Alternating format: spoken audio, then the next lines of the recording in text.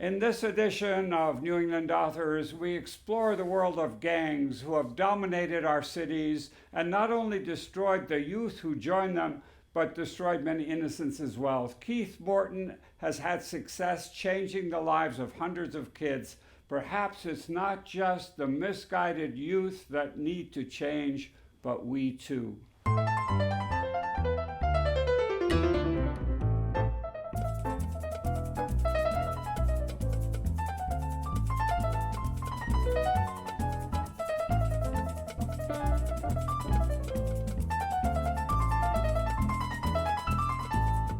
Keith Morton's book is called Getting Out, Youth, Gangs, Violence, and Positive Change. Keith, welcome to our show. Yeah, welcome to New glad to be Authors. Here. So in the very beginning of the book, you talk about Mary, who is an Asian woman, who says that people join gangs because they want acceptance, want someone to have their back, they want love, a family. But in the case of her brother, who was a gang member, he ended up in jail and he was abandoned. How do you explain that? Well, it's not, it isn't a family. And I think to be honest, if you're joining a gang for those reasons, what you're really joining is a dysfunctional family. And it's a family in which everybody's maximally stressed much of the time, and when you add a little bit more stress or you do something that sort of violates what trust there isn't much left to work with. And the cost of continuing to provide support to somebody who ends up incarcerated like him becomes pretty high, and it's just difficult to do. You worked a lot with gang members and all, and you talk about your father and your own family history. No, my dad had a rough upbringing. Yeah. Joined the military when he was quite a young man, career military, and I think a lot of this. What I really wanted to say in that is that a lot of the circumstances that can create a context in which making choices like joining a gang look reasonable. He was able to move outside of those, and the military was the vehicle that did that for him. Yeah. And it produced a lot of artifacts, I guess we could call them, that he's continued to manage throughout his life. So he's built himself he was a good father, he and my mom were married for 50 years, but at the same time, there were always these kinds of challenges that he carried with him that had to do with trust and circumstances that would make him feel really anxious and having a kind of a limited emotional range for dealing with the things that he encountered. So, yeah. So how did you get involved in working with youth? Yeah. Tell us a little about, you talk about ISPN and Rec Night and all. So how did you get involved in this, and tell us the whole story? So I've been interested in nonviolence for a long time, and a little paradoxical growing up in a military family. Yes. But, one of the gifts of growing up the way I did, because we lived a lot of places around the world and I got to see quite a number of international contexts that were full of conflict fairly up close, which I think is unusual for a U.S. citizen quite often. And it just struck me that it didn't make a lot of sense because it didn't look like anybody really won. I became a cultural historian and learned more and more about the history behind a lot of those contexts that I'd gotten to see little glimpses of. And as I started to understand those, I didn't see a way that more violence was going to really help resolve much of anything. And the possibilities of nonviolence started to look more and more interesting to me. And so I came at it initially as a scholar, as an academic, as somebody curious, and then got more and more drawn into it. And this would have been in the 1980s, And then when I was in graduate school, the big fear in the 1980s that we would have a nuclear war, the potential for that, I don't know if you remember, that was Yes. considered pretty significant. And that really profoundly affected me because I'd grown up in the shadow of the Cold War with a military family. And now we were facing this threat in the 1980s, and I wondered what kind of a world I'd be able to bring my own children into someday. And so I started looking into it a lot more seriously. Fast forward a number of years, and was at Providence College teaching, beginning to teach about violence and nonviolence as part of the American Studies program that I've also worked in. And at that time, there was right around 2000, there was a pretty big spike in violence in Providence.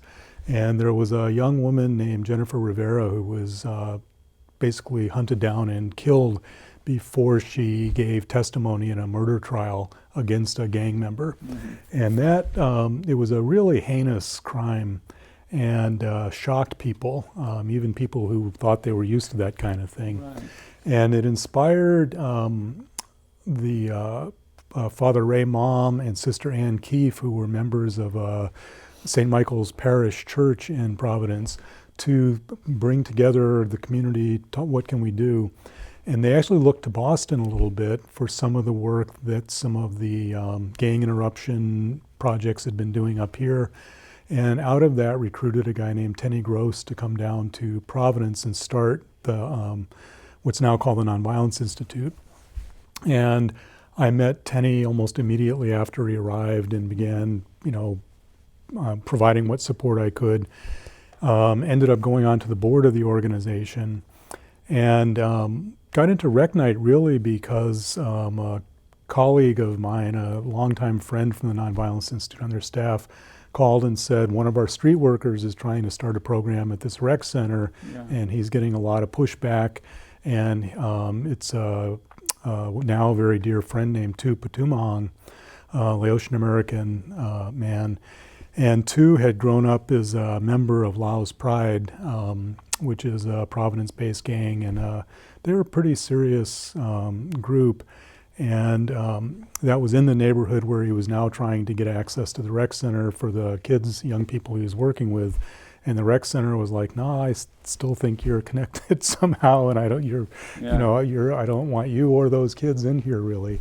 And my role, not only me, but my role with a group of people we brought together, was to really negotiate the conditions we needed in order to be able to get the gym in the rec center open for this group of young people that Tu wanted to work with. The idea that he had, and that I adopted with him, was simply for 3 hours a week on a Monday night, we'd have a safe space that these young, mostly men, but a few young women as well, could come into and just let their guards down, relax.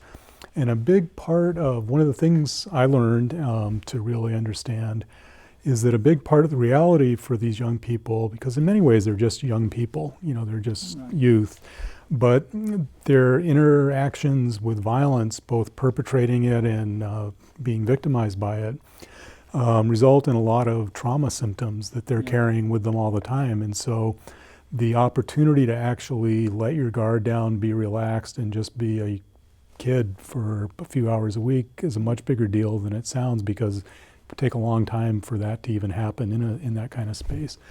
Tu's argument was that if we could help keep the kids out of trouble and alive until they were 21, that most of them would start to age out of being out on the streets, because it's so exhausting, and people want more constructive things most of the time. Yeah, this is New England Authors.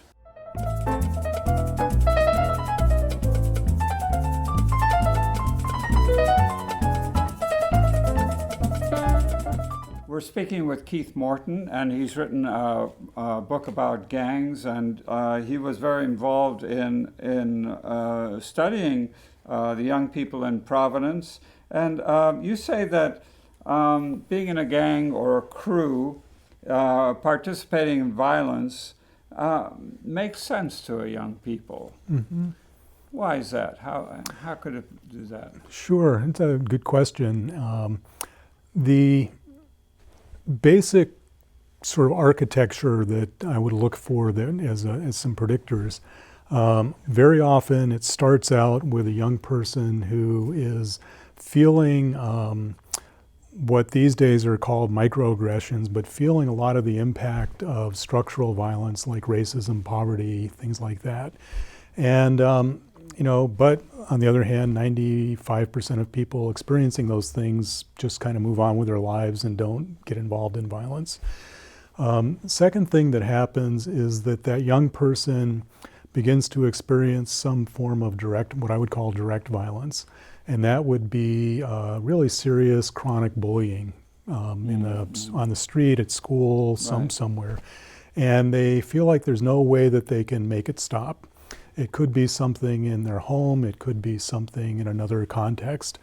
But they often will do what kids are advised to do, which is tell a responsible adult, and then they discover, well, the responsible adult either doesn't do anything or more often does things that are ineffective. So with bullying, for example, you tell your teacher tells the kid who's the bully to stop or does, but then you're out on the street after school and that kid's waiting for you. So, right, what happens? It's not a terribly effective strategy. And if this happens enough and the violence that this young person's experiencing is significant enough, they start to go through this process of violentization, what the sociologist Lonnie Athens calls violentization. And I won't go into the whole thing unless you'd like me to, but it's not a real linear process, but it's a pretty descriptively predictable process. And what they basically come out of it believing is if I'm going to keep myself and more importantly the people I care about safe, it's on me to do that. Mm-hmm. The adults won't. And because of that, I also look at a lot of our civil institutions like school or the police or things like our elected officials, libraries even, as places that are much more intending to police me, control me, than they are to actually help me. Right. Because if they really walked their talk, they would have kept me safe in the first place. And so the idea that a lot of people have is that people join gangs because they want to be violent. And I think it's actually almost the opposite, that young people become involved in gangs because it's a way to protect themselves and their friends. Interesting. And a lot of the conversations we would have in our program and with the young people I got to know, and older gang members as well, were really what I would call conversations about situational ethics. What's the right thing to do? And it's very, very rare that you meet somebody who's in love with violence for violence's sake. Yeah. It's almost always framed in conditional terms. And the young people I know think of themselves as good human beings. They think of themselves as ethical people, but they see themselves as having embraced a truth that most people deny exists, and that is that they need to be able to do this to get by. So in your book, Getting Out, which is very interesting, you bring up the etymology of the word gang, which I think you said it's in Middle English. It started in Middle English and means different things right now. Right. How is it different from a fraternity? Well, that gets to be a really interesting question, right? And if you look at sort of a lot of the reasons that you started out our conversation by saying that Mary was looking for in gang affiliation, belonging, love, affection, connection. Why do people join a fraternity? They want to feel like they're part of something, belong to something. It validates a piece of identity. They have colors, symbols, signals, signs. There's so many parallels. So I think the thing that differentiates it is, and it's a very significant thing, is people's perceptions of the way that the world operates. And if I'm somebody who is part of a successful mainstream institution like a fraternity, what I'm really banking on is that participating effectively in these institutions is going to work out well for me. If I'm joining a gang, what I'm basically saying is, I don't trust that those institutions are going to work for me no matter how hard I try, how well behaved I am, or what kind of effort I make.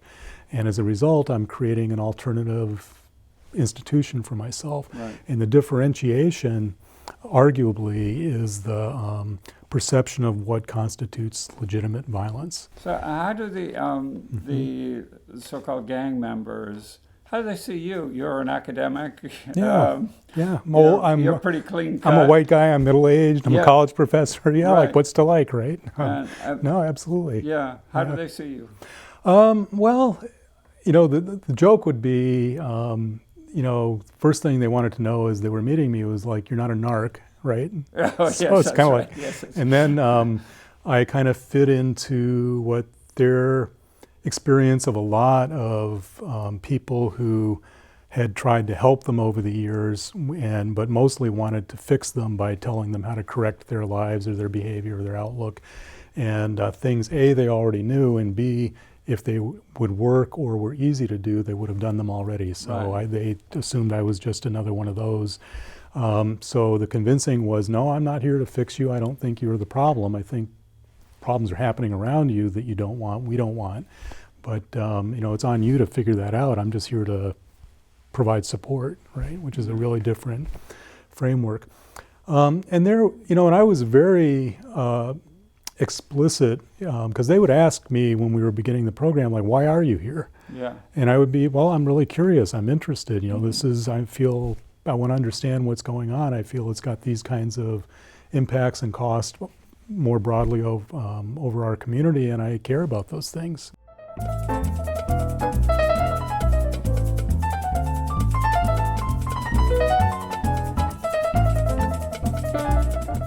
We're speaking with Keith Morton, who's written a book called Getting Out, and it's about gangs. And I guess you mean getting out of the gang, right? Well, it could mean that. Really, what I think the title's more intended to get at is getting out of our usual way of thinking about what a gang is, and the usual way of thinking about gang intervention. Most of the policies that have been enacted programmatically since the 1980s are really about destroying the gangs, like eradicating gangs, and fixing the people who are in gangs. And what I'm really advocating is that the gangs in themselves are not the problem. What's the problem is the violence that's happening through and onto the gangs. So we want to get rid of the violence. Social connection is not a bad thing, right? But having it do something instructive is what we're after, right? Yeah. And violence is by definition not constructive. What surprised me is that you said that drugs are not central part of gangs or violence. Is that right? Well, it's a yes and no answer. It's not why somebody would become a gang member. You can sell drugs without being a gang member, and people do. Gangs will get into different parts of the drug trade depending on how well organized they are. But they do that in part because they just don't have access to other economic opportunity, right? But it's not I don't think it's a defining characteristic, at least of youth gangs. If I look at something that's a highly organized national or international cartel, and I also call that a gang, that's a pretty different beast than what I'm really, really interested in looking at. And that can be primarily motivated by being involved in drugs in some way. Yeah. So you started this rec night, and what was it about? What did the people do? The kids that came in, it was a safe space for them, right? Yeah, and it was real basic. We started out with a group of young people who were mostly the younger members of Laos Pride, young members of Laos Pride, some of their friends. Small group of kids from a crew that was just from a street in the neighborhood. They would come in, we'd play basketball for 2 or 3 hours, we'd eat pizza, hang out, talk about how their week was going, their day had gone, joke around, and that would be about it. That's about There was no preaching. No preaching. They knew I was on the board of the Nonviolence Institute and that I believed in that kind of philosophy if they wanted to talk about it. Yeah. But the interesting thing back to this ethics is that often they would say, this thing happened to me, as the program got rolling and we got used to these conversations. This thing happened to me. What do you think? Here's what I would do. And they would partly be asking for advice, but it wasn't a classroom where there was this sort of disciplined conversation about it. It was people just had at whatever they thought was going on. So it could get a little raucous and rough. The young people coming in felt it was a place that they could talk about the trauma that they were experiencing in their lives and be heard and understood. And they didn't have to be ashamed of it. They didn't have to be fearful that it would come back on them. And they didn't have to be worried that somebody would misinterpret it and be blaming them for something. So it got to be a space that you could just talk about that. Mm-hmm. And rather than trying to fix the kids or even just solve the problems, because there's just a lot of the things they're experiencing you can't do much about in the moment. It would be so what is it you really like to do? What is it you really care about? What are your gifts and talents? What are the things that move you that you wish you could do more of? Yeah. How do you want to be in the world? Yeah. And what can we do to help that happen? And here's what I want to do in my world, and here's how you might be able to help me out a little bit. Is poverty, by the way, a big part of gang membership? Well, it can be, but it's what they'd call in philosophy a necessary but insufficient condition. Mm-hmm. So it's often implicated, but back to this point, the vast majority of people who are experiencing poverty in the United States and globally are not violent people at all. Right. So it's an inadequate explanation. But poverty, one of the things that comes out of poverty is that it limits the opportunities that you have, the options you have for addressing issues, and it makes the consequences of the choices that you make much more intense, because if things go wrong, you have much less of a safety net. There's one story I tell in the book of a young man, you were asking about drugs. He's a young man in a family with a very abusive father. The father left his mom, who's a young immigrant woman, does not speak English. His sister, his little brother, and him. He's 14 years old. He's the man of the family now. And he starts to sell weed on the street only to kids above 16 and adults, because he's an ethical person, right? And he's doing it because if they don't have income, they will lose their apartment, they won't have food. He ends up getting picked up by the police and sent to the training school, and the people who send them there are trying to scare him straight. So they're not really viewing him as a real criminal yet, but they think he's on the road, right? Mm-hmm.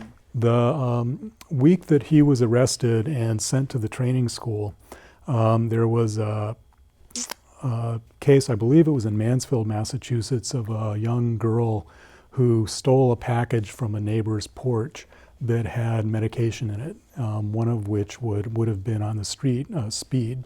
She brought it to a middle school dance, passed it out to some of her friends. They got sick. They had 6 or 7 of them had to be taken to the hospital, etc. The next night there was a town meeting, police chief, the town council. How could this happen in our community? The kids were sent in for counseling and drug intervention and all that. And the kids in the neighborhood I work in, very, very conscious that the way that their behavior is interpreted for fundamentally the same thing is profoundly different than the way it would be if they were white and middle-class suburban youth. Yeah. And that's where this starts to matter. Because getting back to, they're looking at do these institutions work for me? Yeah. Can I rely on them when I need to? No, not so much. And that's the problem. It's not poverty in itself. Well, yeah. Keith Morton, I have a whole list of questions, but we're coming to our last minute here. So I wanted to ask you, what societal changes are you advocating What can we do, in other words? I wish I had a magic wand, or with like a sort of a silver bullet kind of answer, because I think they're mostly bigger structural things. But certainly, as you've brought up, Camille, changes in school policy and juvenile policy around incarceration would go a long way. Things that would end what Michelle Alexander has called the new Jim Crow, this kind of school to prison pipeline. That, yeah. Kids who are poor, of color, are doing whatever kids do in school, but they're interpreted as being bad kids or doing things that are sort of, need to be punished and controlled. And there are differentials, the data is there's a lot of differentials on how kids are treated by how they look and what their backgrounds are. The big thing though, for what kind of most of us just ordinary people can do, Brian Stevenson argues for a sort of equitable law system, the equitable application of the legal system, but he uses the word proximate, what he means by proximate is that it's not a problem you can solve at a distance. So meet some kids, go to the schools, hang out in the gyms, just get to know people. Well, thank you so much for being on our show. This is New England Authors. Keith Morton's book is called Getting Out, and we're recording here in Cambridge, Massachusetts, in our safe place in Cambridge, Massachusetts. But we broadcast on stations around the region. We have our shows on YouTube as well. Remember, watch locally. Thank you.